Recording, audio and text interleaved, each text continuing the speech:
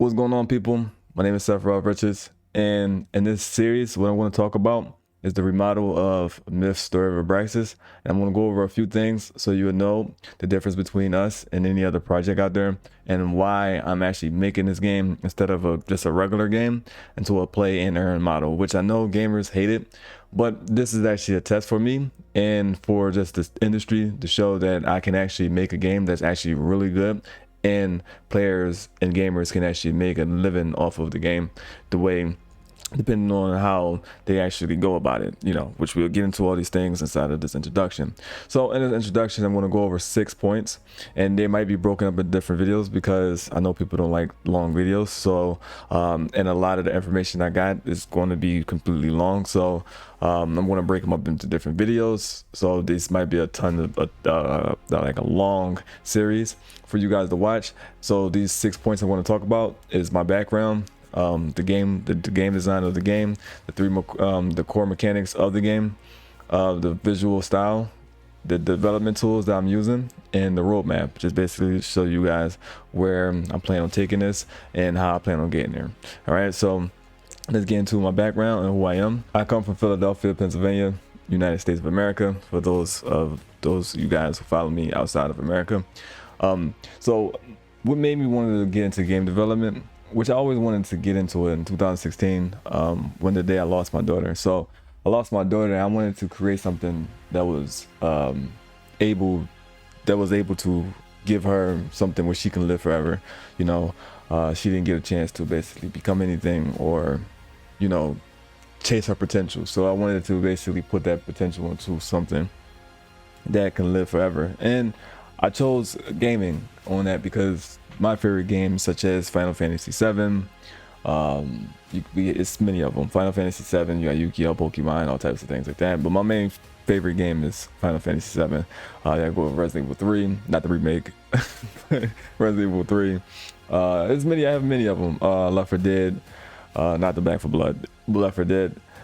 And these games sat with me since I was a child. And I played Final Fantasy 7 when I was 7 years old. So, and I'm 32 years old now. So, and this game still runs my mind every day. So, when I see games like Resident Evil 4, just got a remake announcement, these things sends a spark of excitement through me. And I always wanted that to happen with what I created, but have something with my daughter and to be able to live in it, where I create her inside of this universe and she lives forever in it. So just to give her the chance to actually be a part of something, give her a chance of life, right?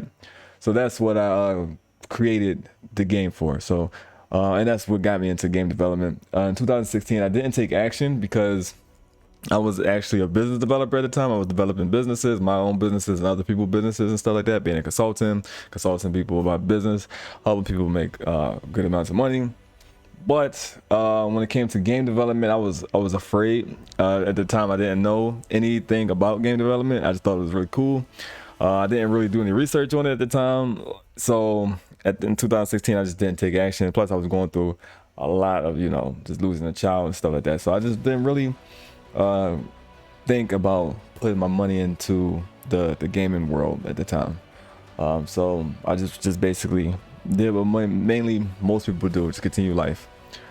So when it came to about 2 years ago, I really started to get into gaming. I started watching a lot of games. One of my biggest inspirations, which was in 2016, was Scott Cawthon, Five Nights at Freddy's. When that game came out, that gave me a belief that one day I can actually create a video game. So that always sat back in my head. So I followed the Five Nights at Freddy's. I never played it. I'm gonna be honest with you. I never played it, but I watched from the beginning of the game to end, and every game that came out from YouTubers like Markiplier, 8-Bit Ryan, and these guys. So I've been watching and following that stuff, and I'm more fascinated with the story than the gameplay. I think the story of Five Nights at Freddy, even though it's kind of looted and it's all over the place, but just the theory crafting, from Matt Pat and these guys, I just wanted to create something like that where it just had people to think. And that's what got me into game development, because I want people to think, and I wanted to tell a story of this dark world where it's, you know, it's as crazy as the world we live in today, but it's much more crazier because, you know, entities, anomalies, you know, folklore that we all heard of and stuff all live in this world at once. And I wanted to put it in a dark world, whereas, you know, it's lifelike, like, you know, you could see it, and if it was like a movie, you could be like, okay, it could be live action, but it's dark enough whereas, again, it could be live action, whereas like it's dark as, you know, like Blade in the Matrix. So I wanted to put in that type of story where, you know, I have my audience think of like, well, what made the creator go this way, or what is the creator is telling us? And I just basically want to put a lot of information of history inside of the game as well, but just in the way you know, I see how history played out and stuff like that from the information that I've studied and stuff like that. I just wanted to put it into my own story. So, and that's where, you know, the background of myself, what got me into gaming and stuff like that. I just really wanted to tell a story, and I've always been intrigued by that. You know, I went to school for digital film as well. I wanted to be a director, and, you know, but I was doing real estate and business at the time. So, you know, I went to school. You go to school to make money, and I was already making money at the time. So I dropped out of school for that, for just to continue just running the business. But I went to school, what I went to college for was digital film, and I wanted to go to school to work for Lionsgate. That was my original dream, was to work for Lionsgate. And the reason why I wanted to work for Lionsgate is because I wanted to get in the music industry, because I wanted to make a movie like Saw. Now, like I said, I really love dark, twisted storytelling, and that's what I wanted to create, where I just create stories that's dark, twisted, but it leaves my people to think. And I love just storytelling like that, and that's just basically what I want to do with Myths. And going into the crypto space, what I want to do is make a crypto game that's completely fun, that's got a gameplay loop, which we're going to talk about that. I got a gameplay loop that makes sense, that people can have fun and make money at the same time, and have a story where you're engaged with the story inside and outside of the game. So there's going to be a lot of ARG inside of the game. There's going to be a lot of different things. I just don't want to make a video game of it. I want to make an IP, whereas movies, books, all types of things inside of this universe, where so many things I can't put into the game. Some things I want you to actually go outside of the game and find out, and stuff like that. So I'm taking a lot of inspiration from games like Inscription. A lot of indie games right now is inspiring. Not too many AAA games, as you know why. But a lot of indie games are inspiring, you know, like Inscription, some things like that. I want to do things like that, Doki Doki and stuff like that. Just give you guys, just to have my audience thinking, you know, always theory crafting of what is Seth trying to tell us here. You get what I'm saying? So that's basically on the background of what, you know, got me into gaming. But yeah, that's the background of me.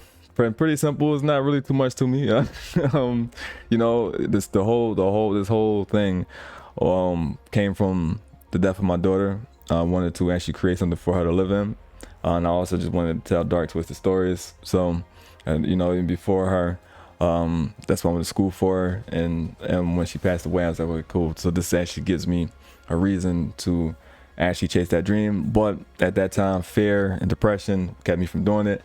And you know, I just said, forget it, you know. And it's a challenge where it's like, all these crypto games suck. I was like, these crypto games suck. And for years I've been following some of them, and none of these things make sense.